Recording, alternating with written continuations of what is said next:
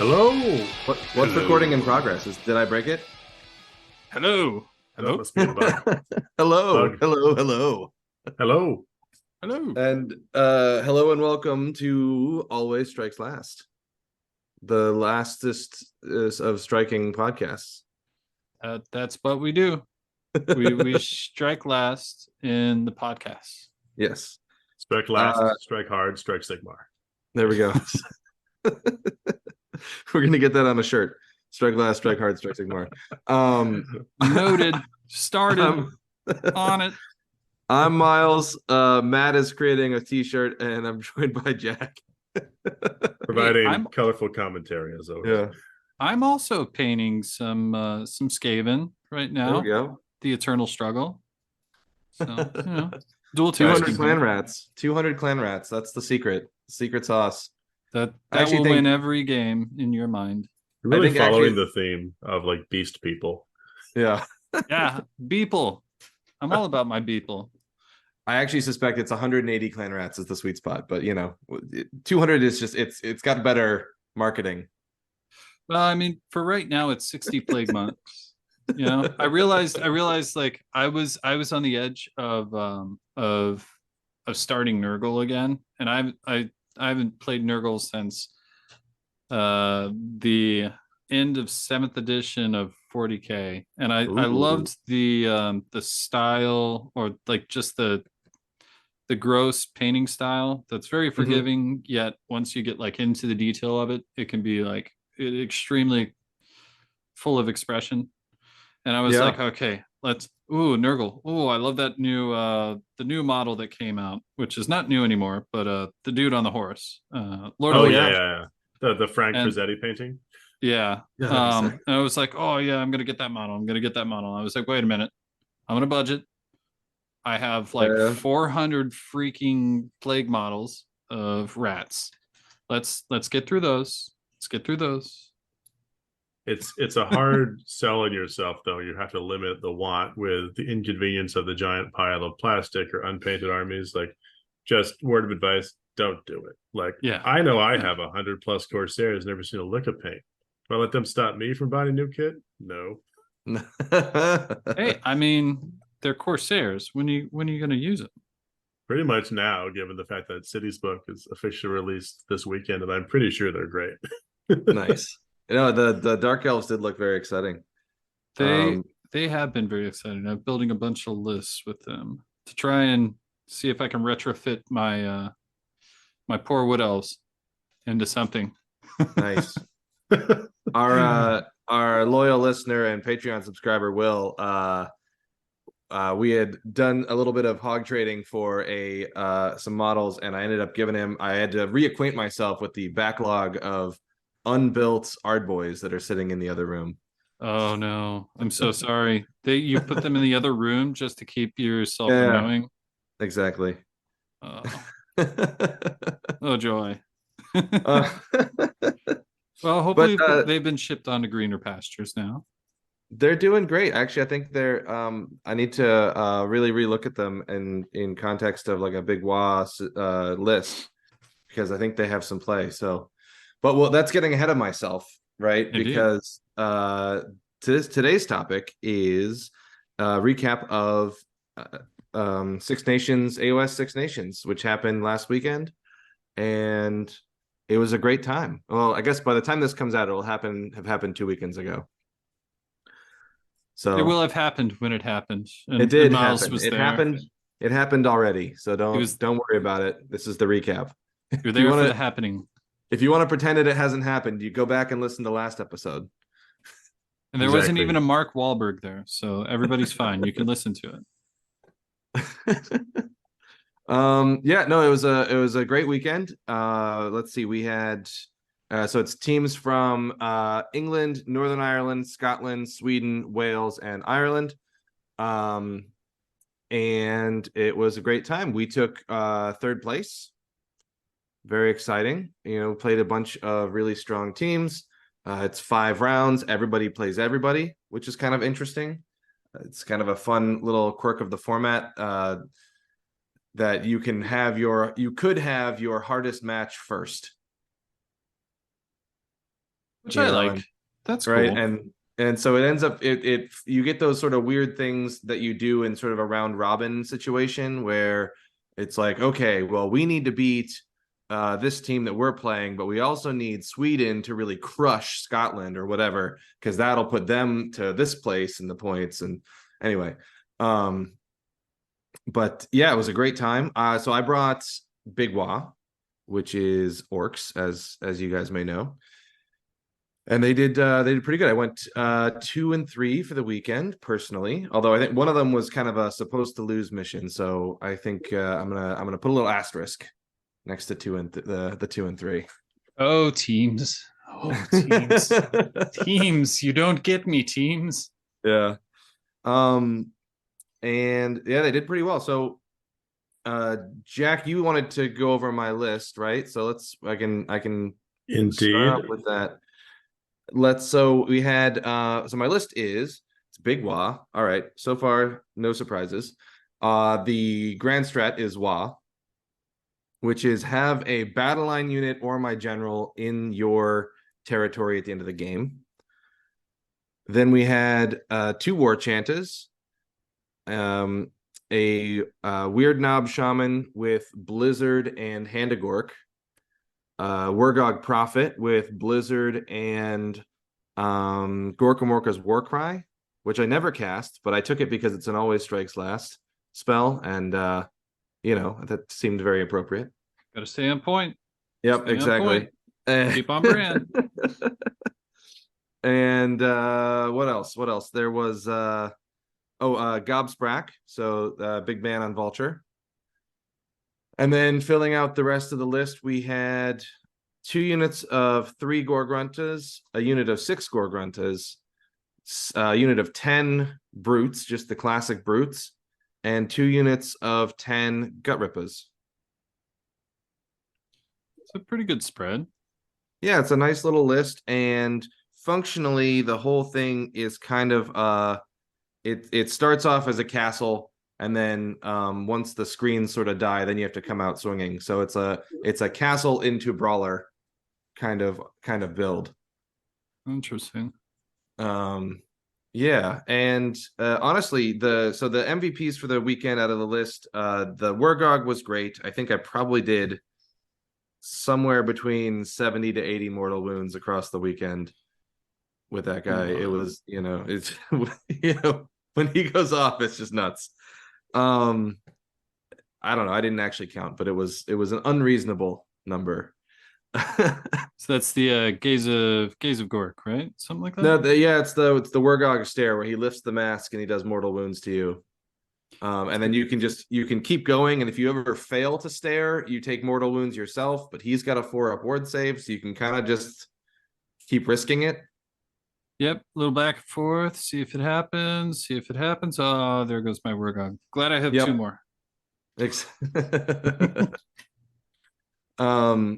Yeah, so then Big Wa is essentially all about building up the Wa points. So you've got D6 Wa points for having a general, which was Gobsprack, and then you get 3 points a turn for having War Chantas and Bone Splitter Wizard. So having the Wargog on the table was important, and the Bone Splitter and the War Chantas. And then you get points for stuff like charging with an orc unit, having an orc unit in combat at the end of the combat phase. I think those are the big ones. And then there's a heroic action that you can do to get WA points. But functionally, by the end of turn 2, you're looking at +1 to runs, charges, casting, dispelling, unbinding, hit, and wound. Which is really rad. Army-wide. Which is really cool. And the fun part about the army that I think is really strong is that there's kind of no way to interrupt that. That's going to happen, and it's just a matter of time. And the real sort of thing that you have to play around when you're playing the army is that there's no way to make that happen faster. Right? Like you cannot possibly be fully buffed turn 1. Yep. So you have to kind of sorry, go ahead. You got to play it a little bit cautious. You got to get there. You got to play the waiting game. It's a long game. So that kind of leads into why you did the Castle Punch build. Exactly. Yeah. So I had the Gut Rippers up front. I had flanking units of 3 Gorgruntas to do stuff like surround and destroy, or just to, you know, grab a side objective. And then if you come to me, I've got two big nuclear options, sort of, you know, in the Blizzard or in the Wurgog Stare. And if you don't, I will, you know, open up a hole in my Gut Rippers line and send out, you know, the cavalry. Nice. I like that. I like that. So kind of a mid-boardy, kind of like pseudo, like come to you, control the flow, and then blow them away with blizzards, Wurgogs, or both. Kind of or both is the trick. Yeah. So it sounds like. Oh, go ahead, Jack. I was just gonna make some fun comment about it. If anyone experienced the word blizzard, I want to hear about it. Yeah. Oh man, I got hit with 14 mortals the other day. No, 18. Is it 18? 15, something, whatever it was, it wiped a whole unit of Paladors. It was hot. Yeah. It was brutal. Oh, the blizzard. So it sounds though like it's a little bit of a slower moving army when it comes down to it, to keep everything together. Yeah, so all the infantry is 4 or 5 inch move. The pigs represent sort of the real speed of the army with 9-inch moves. As a big Y, you can still use mighty destroyers in the hero phase as long as you're decently far away. I don't think I ever had the opportunity to do it over the weekend, but one sort of play, if you're really going for it, is to Hand of Gork the pigs after you've buffed them. And then you drop them down 12 inches away from the enemy, and then mighty destroyers in, so that they're 3 inches away from the enemy before the movement phase even begins. Nice. Because then you don't move, they can't redeploy 3-inch charge. Nom nom nom nom. I know, yeah. Now that requires a lot to go right. It's a spell that's hard to cast, but it's kind of an interesting little play that you definitely keep in your back pocket. But it doesn't actually come up that often as often as people would think.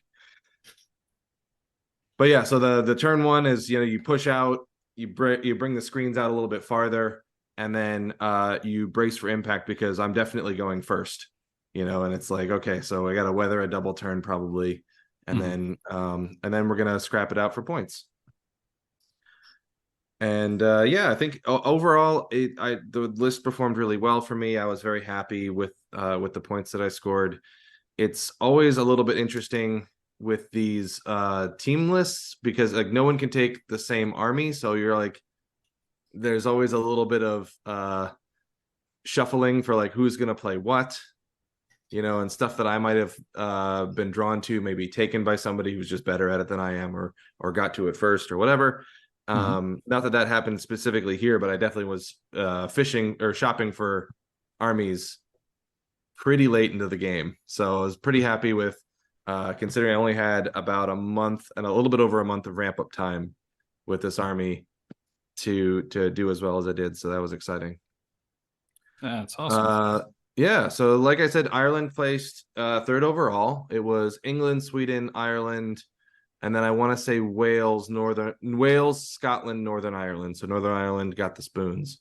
And in America, we do smoking boots, but in Ireland, we have spoons.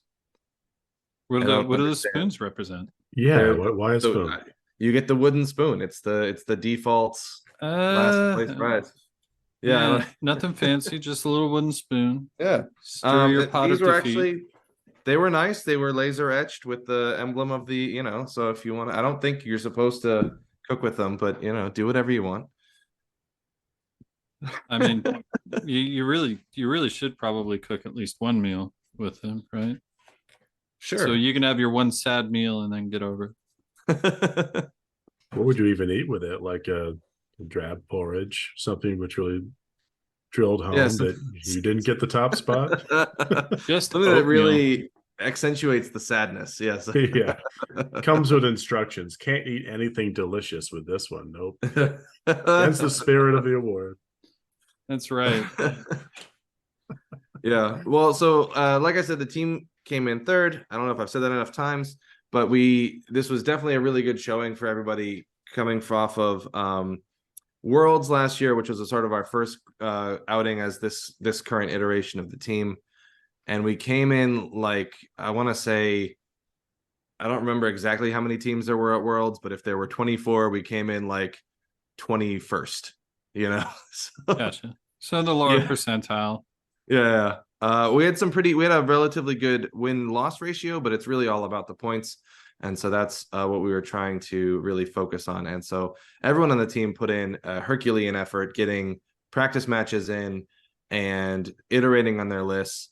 And it's a numbers game, and it's also a experience game, right? It's about knowing all of the possible lists you might play and how you are going to approach that match. Mm-hmm. Which is a lot easier, I think, for Six Nations, because there's only whatever it is, 5 times 8. There's 40 lists to actually look at and memorize and think about. Whereas in Worlds, it becomes a significantly harder problem.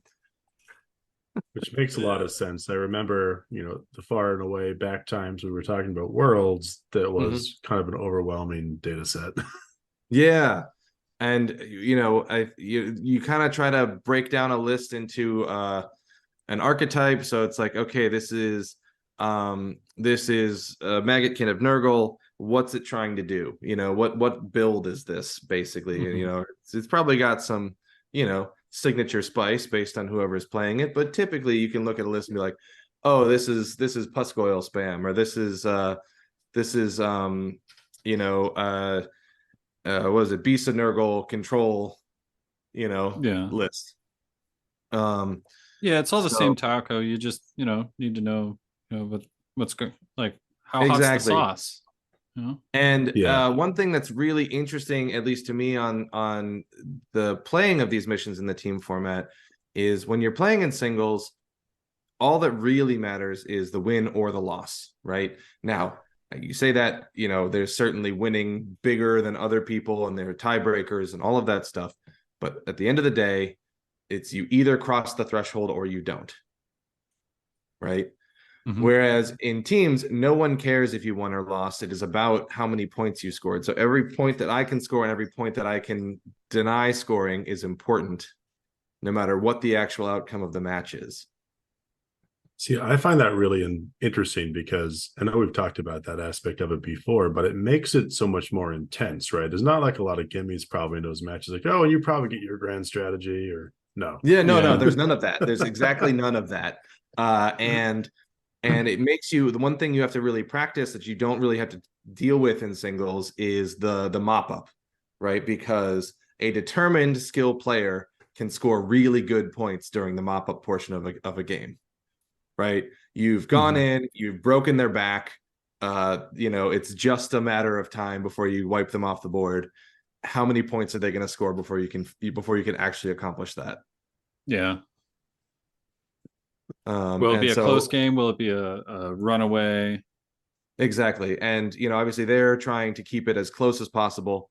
And so one of the things that you definitely need to practice is both that last minute desperate scrapping for points and the relentless mopping up of your opponent's army.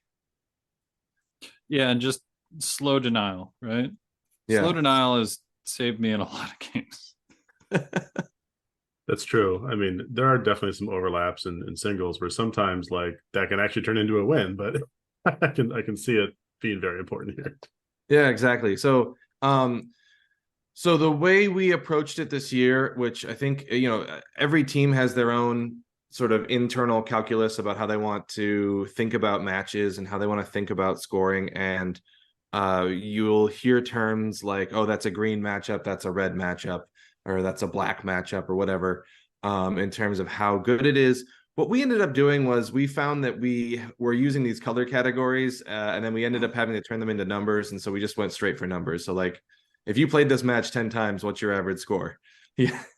Gotcha. That only makes sense. I mean, given that you guys were hosting it this year, every match was green by default on the Emerald Isle. Right. Sorry, I'll be here all week. Yep, exactly. But more so, like, how many different many different shades would you get of that red, right? It's like a Yeah, red, exactly. but This I is don't know. this is a pure. This is dude, God, this is a deep scarlet. Okay, I just want to. I don't want to deal with this. Or This is burning my retinas in the sun. Don't you dare put me against the maroon, you know. yeah, exactly. So then we go into so we've all filled out a little spreadsheet beforehand with what we expect our average score to be against a certain list. And then there is this pairings process, which we've talked about before as a teams, where you are it's a bit of a card game where you're sort of playing an army down. You get bid some guys for it to play against, and then you keep going until all of the armies are paired up. And we're playing 4 different missions around, so that is also something they have to take into account there. And then JT, who was our coach, would have our expected score for the round, assuming everything went exactly according to plan. What do we walk away with? Mm-hmm.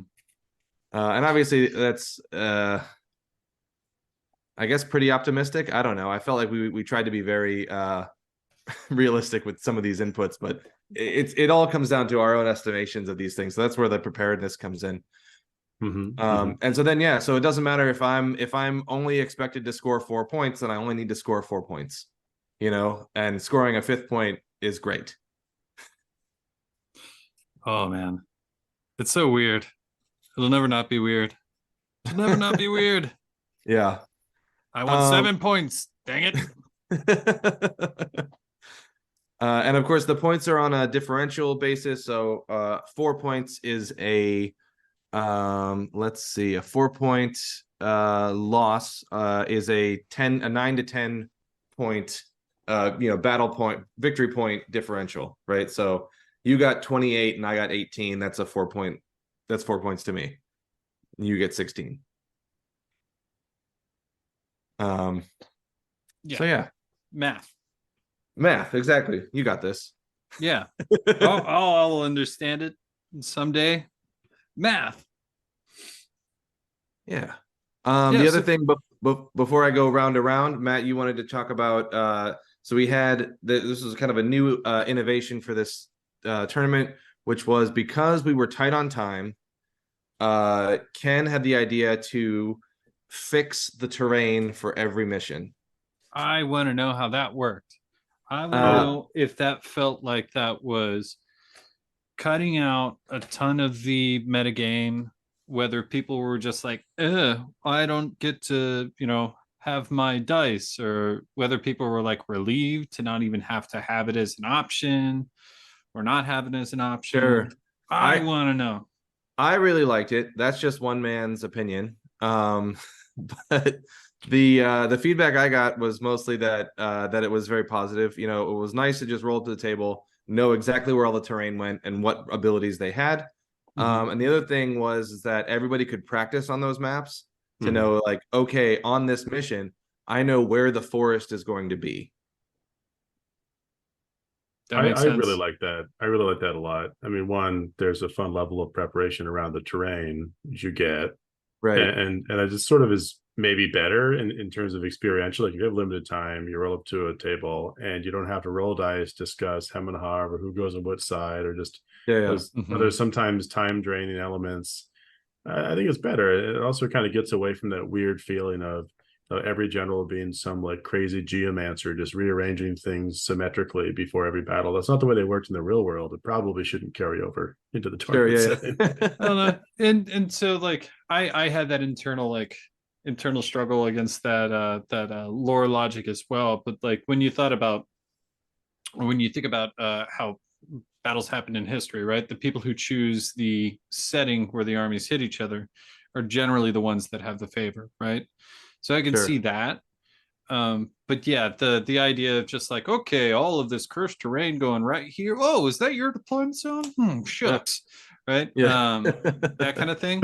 Like never made any sense to me. And more so it's for me, I find it exciting because, when we talk about higher level play, people are always trying to reduce the amount of dice that they roll and the variables that come with that, right? Sure. And so, like, if you show up to a table and you are I'm not going to say corn army because that's funny, but let's say you show up with a Fire Slayer's army.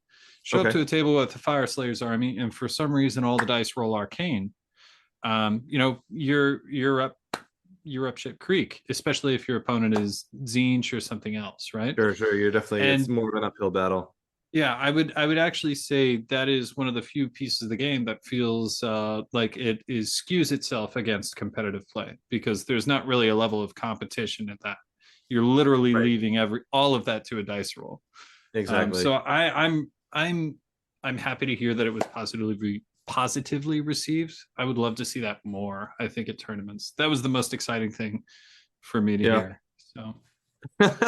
Well, we have the maps. The maps are on our Discord, which you can get an invite to if you're a Patreon subscriber. And then they're also just in case you are a cheapskate, we have it on our Twitter. You can go follow us on Twitter, and we posted all the maps there as well. You heard Miles say it. Do it. Rip out that Band-Aid. Do it now. But all joking aside, much appreciated if you do. Would love to have you. Yeah, of course. Yeah, in fact, we posted all the terrain maps, all the lists, all the packet. If you were just interested about, if you want to read an event packet, I don't know why you would. I barely read them myself. So hey, don't threaten me with a good time. Exactly. But okay, let's been enough beating around the bush. Let's get right into it, and just talk through the event. So day 1, 9 a.m. was Scotland. So it was Ireland versus Scotland. I had the pleasure of playing a fellow named Stu, who is he is one of the guys who does Northern Invasion, which is a podcast and a YouTube channel. So a very nice guy. We traded, insider jokes about podcasting and, what kind of microphone do you have? And that, that's kind of good stuff. You guys were comparing your microphone size. Oh, huh? yeah. What's the compression rate on your mic? Yeah. What's your driver? This was actually it was a really good match to kick things off. So like I said earlier, the matchups in terms of the teams playing the teams, it's fixed beforehand because everybody just plays everybody else. There's no you beat them, so now you have to play these guys. That doesn't happen. Everybody plays everybody. And in a weird way, we kind of got a matchup set that was sort of in ascending difficulty. And which is not to say that Scotland was definitely the easiest, but we got sort of two teams early on that we thought were going to be, a little bit more approachable. And then it was going to get, we played England last, who we knew was going to be really difficult. And so we went in pretty confident into Scotland. This was also had to do with, when we were looking at their lists and that kind of stuff. Is like, okay, we tend to have better angles on these guys than some of these other teams. So played Stu. We were playing, he had Fire Slayers, which had a bunch again, and I apologize, I do have a better memory of other people's armies, but I have a really hard time telling all the Fire Slayers apart. You know what I'm saying? So he had 5 little dudes. It's really simple. Do they have shields? If they do, when they charge you, they throw immortals. And they actually have a rend native if somebody's playing with them in rend. If they have 2 axes, they're basic boys. They're your boys that are basics. Okay. If they have 1 big axe, they're scary. Yeah, that tracks. Better system than mine. I classified them loosely as the angry little guys who stand in a group, the ones who stand alone, and the ones who ride on a lizard. There we are. Right. Okay, so you had like 20 of the 2 axe guys. Okay. And 10 mans of the big axe guys. 2 10s or just 1? 2 10s. 2 10s.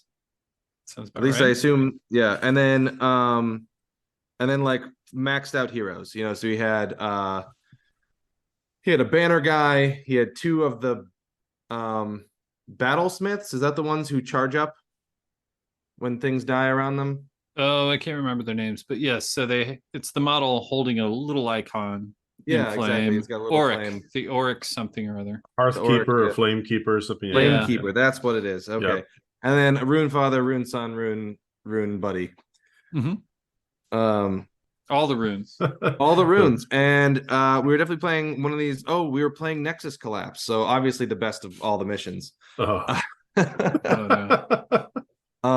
And I'm not going to go through like the blow by blow moment of every game because we'd be here forever, but the most clever thing that came out of this game, so Stu struggled on some early battle tactics, and then I got into him and I lifted a bunch of guys with the mask, which he was not a big fan of, and then the really smart thing, and this goes to that team's mentality, is once he realized he was on the back foot and he was not going to beat me, he deleted all of the objectives off the board. Nice. Oh, that Very is so smart. clever. Yes, and so Very smart. it ended up. I think I won 14-6. Because I made sure I got my grand strat and that kind of stuff. But it was a very clever play by him, and he did a great job. And it was just a pleasure to play. It was a fun game. That is also, I mean, kudos to him and that play, and sounds like a real fun time. But it's also such a dwarfy move to spitefully like collapse out in the hole and salted earth. Yeah. I mean, exactly. It works very well too. Plus, like, I actually did that using when I was testing the Tzeentch Chariot list. I did that on a Seraphon army that just wasn't built to really get the battle tactics easily, and they had gone through all their easy ones first. So once I noticed I was getting, pummeled in combat, and I was going to be at a low model count for the rest of the game, because Croak's a big meanie and won't let me cast any spells. Just screw those objectives. I've already got them all. They're all mine. That's it. Let's get some battle tactics. That's great. That's a really smart thing to do. Absolutely. No, and the other thing I didn't mention earlier was that Big Wah is so good on battle tactics. They're basically free, aren't they? Yeah, I didn't drop a battle tactic all weekend. Nice. That's a good feeling. That is one of those, like, you can get out of a tournament and just go. Yep. Yeah, 25 for 25. Yeah, that's true. That's like a tactical genius badge right there. Yeah, like you could lose every game with every battle tactic, and still just be like, "Hey, man, I got all my battle tactics. I technically won my game." No, exactly. And it's well, we were joking about it with Dave, who's our Tzeentch player, right? Because he also has the nice easy Tzeentch battle tactics, or easier. And it's like, you're like, yeah, man, you just walk up the table, is like, hi, I'm Dave, just scored 13 points. Oh, my grand strat, that's free. I just got it. So, like, yeah, mine was shake your hand. Yeah, exactly. Fell for it. but I got a spicy one for you. So the dust is settled. You emerge victorious against the dwarves. Yes. Or the Duarden. Sorry. Yes, exactly. How dare you? And the question is, like, how many points were you expected to score in this match for the differential versus how many you did score? Like, were you given like a look of disappointment by the team captain, or was this like a thumbs up? I actually, and this was actually pretty cavalier for me. I actually had put it at a 14. So I was bang on the money in terms of what I thought I would score. Nice. In retrospect, maybe I should not have been that optimistic, but it's what it is, and I'm happy it worked out. Miles, don't sell yourself short. This is the kind of precision we expect from a tactical genius who has earned the pin. This is true. This is true. Okay, so we beat Scotland. I don't remember by how much. In terms of the team points, it was pretty good. We didn't beat them by 100 points because Ken keeps joking that he's Brad Pitt and he wants his 100 scalps. So, but he hasn't shut up about that joke. So I'm assuming we didn't beat him by 100 points. So, Well, someday. Um, but it was a good game. It was a good round, and then we go immediately into we had lunch, which was very important. But then after that, we go into Northern Ireland. So that was our second round. And these are guys that we play a lot, right? They come down to a lot of our tournaments. We have guys drive up for tournaments. I've been meaning to go up there and I just haven't had it's like every weekend. This weekend they're having a tournament. And I'm like, dudes, I can't. Are you kidding me? Like, nice. But yeah, a bunch of great guys. So we know them all pretty well. And I got paired into Maggotkin of Nurgle against a guy I've played before. His name's Craig. If you are a longtime fan of the podcast, you will know that he is the first guy I ever played in any Irish tournament. And this was a nice rematch of our two initial armies, Orcs versus Maggotkin. Here it is. Yeah, so it was a great time. Historical throwback there. Exactly. We played lines of communication, right? So that's three objectives across the middle, which is, I think, heavily favors the Nurgle, in my opinion, but nobody asked me. And Craig had this interesting build that has been showing up recently, where it's the Glotkin, it's 30 Plague Bearers, and then it's 2 of the Maggot Lords. So he had Blobe and he had one of the other 2. So just a big Ogrots. monster beatstick army? Yep, and then a big boy, a great unclean one. Oh wow. Okay, yeah. So that's a lot of wounds to get through. It is a lot of wounds. And so the trick with the army is it's a control army is what it really is. So you can use the Glotkin to charge another unit in your opponent's movement phase, which will stop them from being able to move. And then through some pile-in shenanigans, you can sort of basically have some decent control of the board while you are positioning for a big thing to come slam, whatever it is. Yeah, hold him down and crush him. Exactly. Love it. Yeah, so it was very good. And it was a very tight game. Obviously I've played a bunch of Nurgle before, so I kind of knew what was coming. And Craig's has had good experience playing them, so he knew what was going on. And it was very tight until right at the end. He summoned a great unclean one. 11-inch charge. Did he do it for the battle tactic? No, he didn't. He didn't need it. He was saving it for the battle tactic just in case, but he didn't end up needing it. Yeah, and denied me my grand strat, which was enough to drop me in points. So it was a 12-8 or a 13-7. I can't remember exactly which. So I lost by just a few points, but very well played, and he did exactly the right play, and it worked. It paid off, and yeah, it was tight. It was dicey. Like no one had any grasp on who was ahead. It was scary the whole time, and that's exactly the kind of game you're looking for. Yeah, that's not the kind of game that my captains and coaches were looking for, but it's as the player, that's the kind of game that I enjoy. Yeah, that sounds like a lot of fun. So what did the final differential ended up being, and what was it expected to be? Sure. So I had a 12, which is a cautious win. So the way the splitting works is a true draw is a 10-10, but that's a draw with no tie-breaking potential. Mm-hmm. And then a draw with a tie-break is an 11-9, and then so any actual points difference is a 12-8. Okay, so that skews pretty hard then. Yeah. Exactly. So I had it as a 12, which was a cautious, sort of a cautious victory, and it ended up being a cautious defeat. So that was a 4 points I dropped there for the team. We ended up beating them as a whole. So that was good. So we were 2-0 for the team.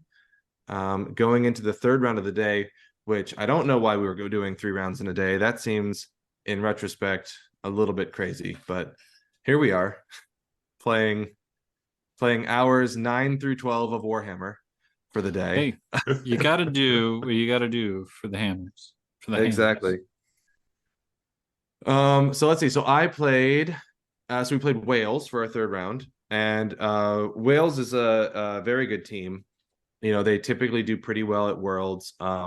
They the one of the jokes is that they are the England B team, but I don't know enough to know if that's how true that is.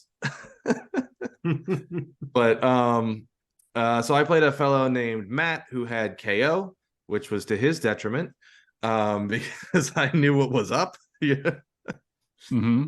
And he had a pretty sort of standard KO build that you're seeing right now, which is 2 frigates, each with 600 riggers and 3 sky wardens.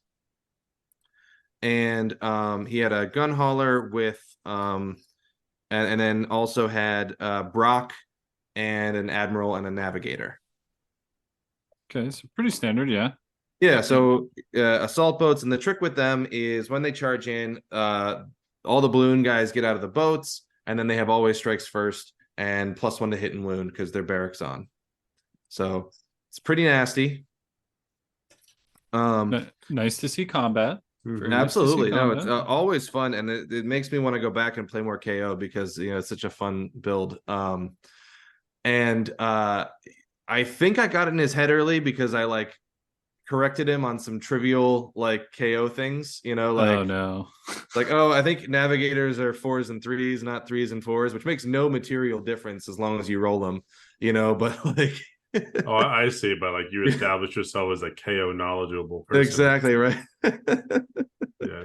Or whatever it was. I don't remember exactly what it was. I have no idea what navigators hit on. I was just making a making a bid for the people. Someone's gonna go fact check me now. This is the problem. Yeah, if you find out that Miles is wrong, join the Discord. Just first sign up, but then furiously tell him.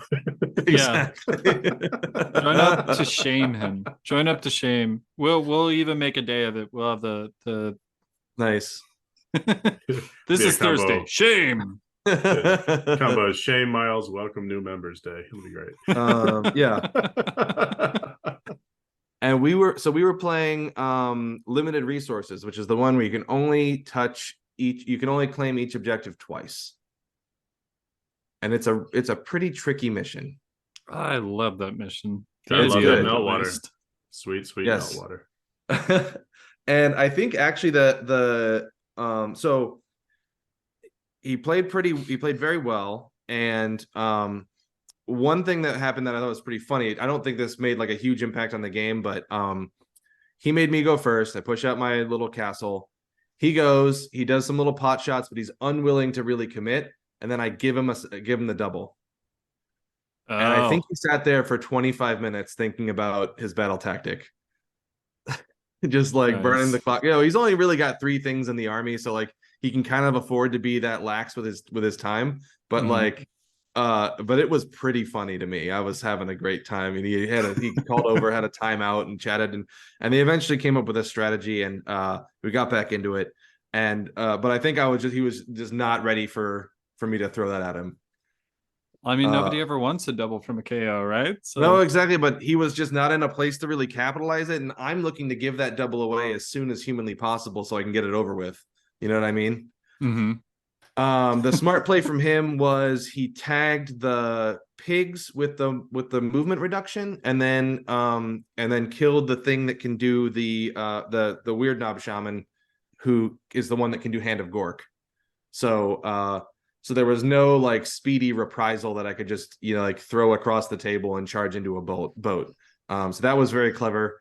I don't know if he was really intending it or not, but that was really advantageous for him. We struggled over it, and I think what really won me the game was that KO have to be a little bit precise in their placement. They have a lot of movement and they can do the teleports, but ultimately you need to make sure that you are going to a place where you can kill the things around you and then make sure that you are protected. And sometimes that means stepping on an objective that you didn't want to step on. Uh-oh. So then the clock starts suddenly. Exactly. We got into a position in turn 4 and 5 where I could score 3 objectives a turn, and he had 1 objective that he could potentially control. Ooh. Combine that with running my brutes into the end zone. for the Grand Strat, and I ended up taking it off of him. I want to say it was a 14-6. Let me just double check. It was a 13-7. So 2 13-7s in a row. Not bad. So Yeah. wait a second here. 13-7. And what was it supposed to be? It was a 12. I gained a point. Yeah, I did yourself. Kind of Yeah, I did. I outdid myself. Okay. I think it was due to my very clever psyops campaign. That was probably really what did it. I mean, 3s and 4s and 4s and 3s. Gotta let them know. No, exactly. The best thing about that is you were the KO there because you were rules learning them a little bit. Like, no, exactly. You were just going back. You were going back to the OG KO Miles there. Yeah. Isn't the name of the rule even like, oh, I think you'll find or something like Yeah, that? Exactly. Nice. That's wonderful though. Okay, so what round are we up to now? So that's the third round, and up until this point, we have won. The team has won every round, right? By sort of increasingly smaller margins, right? So this was a tight victory against Wales, and we go into the second day, right? Mm-hmm. So this is pretty exciting just as a moment, right? Because you guys were coming from sort of like a Cool Runnings, like Cinderella story or whatever, based upon like that placing in Worlds last year, not this year. And then really it's a new day. Yeah, exactly. It's a new day, and we know that we've got 2 really difficult matches ahead of us. Mm-hmm. Right, because one of them's England, right? And they're a great team, and they had. So I'll save my talk about England till the end, because at first it's Sweden. So these really great group of guys from Sweden, and one thing that they are notorious for is they're very particular about their play, in that there's no takesy backsies. Absolutely none. You took your hand off the piece, it's there. Straight up chess. Yep. And that's fine, and frankly, we all should be able to play like that. This is Six Nations. We all should be able to handle that. But it's another thing to be sort of like, have it in your mind. It's like, but now I'm forced to do this. Now I can't, be like, oh, I should have done this before I moved him. Is that okay if I say that? Yeah, like no, you didn't do it.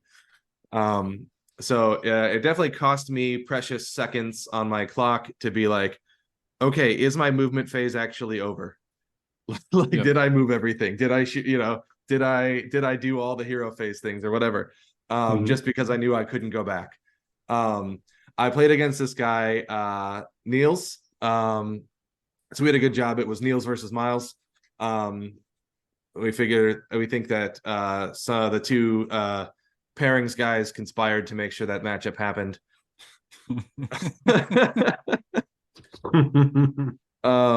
He was playing Legion of Night, so Soulblight Gravelords, and it was Manfred and 2 units of 10 Black Knights, 20 Graveguard, 10 Skeletons, Necromancer, Vampire on foot, and some Fellbats. So I wouldn't say it's the most typical Soulblight Gravelord list, but it's definitely one that you've heard of. Like I've seen that, that sort of formula out there in the ether.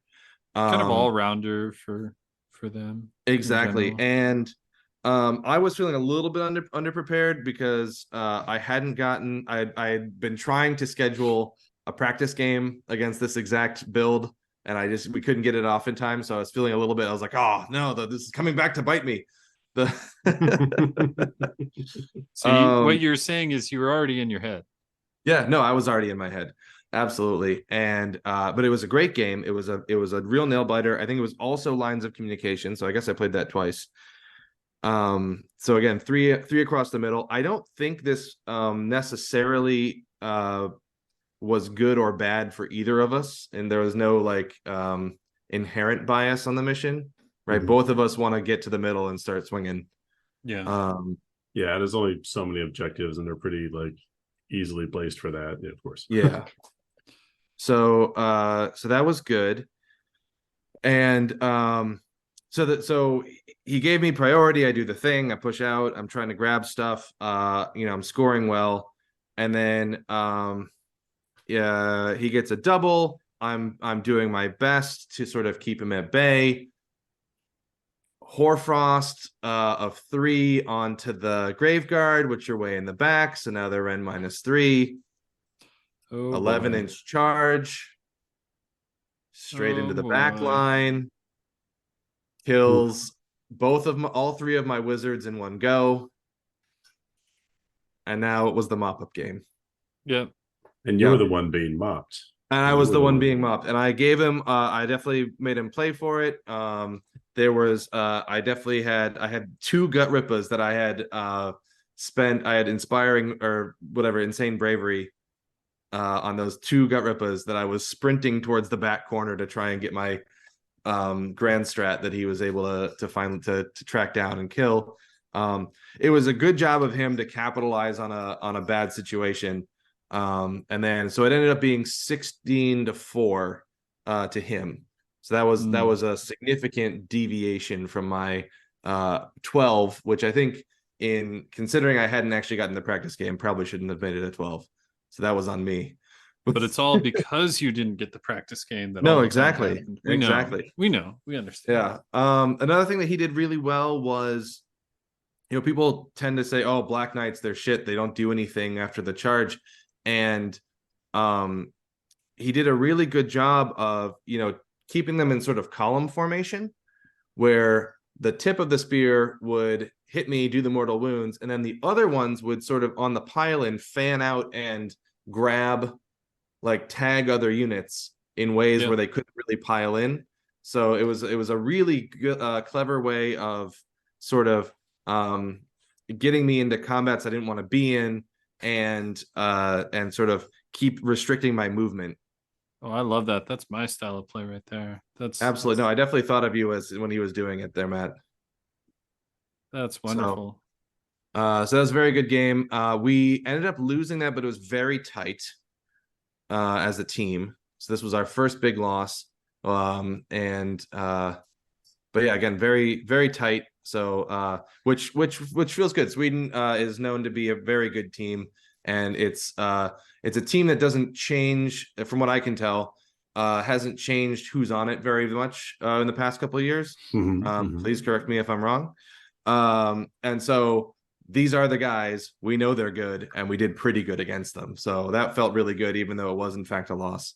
So that and then still our heads high into the final round. So heads high, final round. And what was the differential versus the expected differential? We'll revisit that. On the last one, on the last one, I thought it was a 12, which again I think was so I lost 8 points against the expected differential. But not to raise a wound, but I think it's very interesting for the listeners to follow this sort of journey in the team's mindset.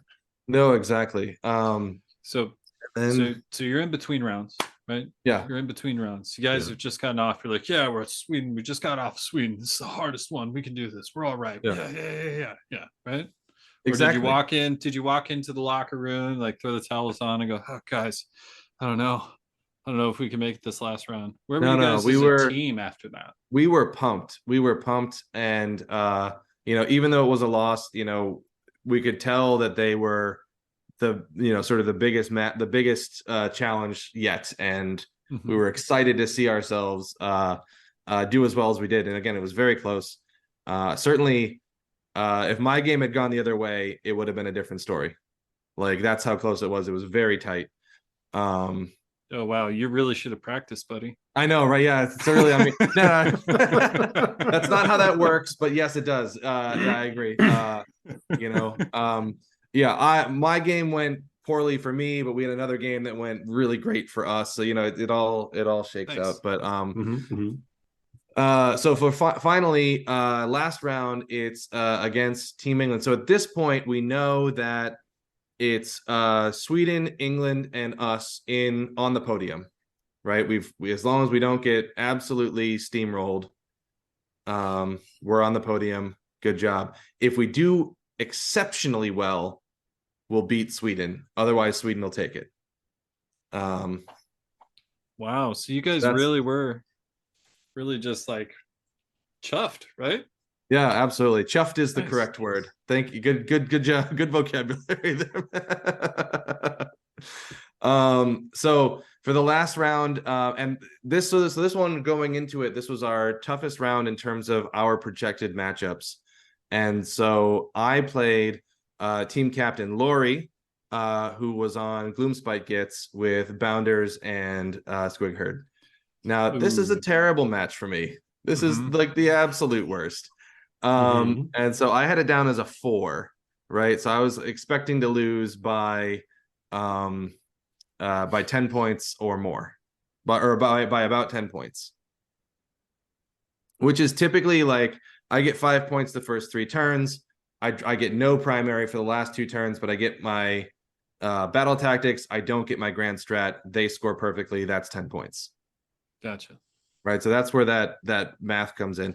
And I will say, like, it went about that well. I think I ended up taking an extra point off of him to score 5 to 15. That's a victory. That's sort of huge a victory. Huge victory. And Lori was a fantastic person to play. It was a really good game. There was a ton of really good scrapping on both sides because unlike the double Squig Herd build for Glitz, like the Bounders, once they hit, if you hit them back, they just go away, right? Yeah. And so there's actually, so both of us were just trading huge units the entire game. So, he brings in the Squig Herds, I lose all of my gut rippas. And then I throw in the pigs and kill most of them, but I lose a few pigs in return. They get wiped. The Squig Herd comes in. The brutes go into the Squig Herd. We trade, and now, unfortunately, he's getting stuff back from the shrine, and I'm having a hard time keeping up. And that's why this matchup is such a difficult matchup. But Gobsprak is doing well, keeping the Gits magic at bay, right? Because he has this thing where if he unbinds you, it's D3 mortal wounds. If he unbinds you on a 10+, a modifiable 10+, it's D6 right? Mortal wounds. So, like those little wizards just cannot afford to be casting within range of him. So an instant Gobsprak execution is always in the cards where Promuldice are exactly. Yeah.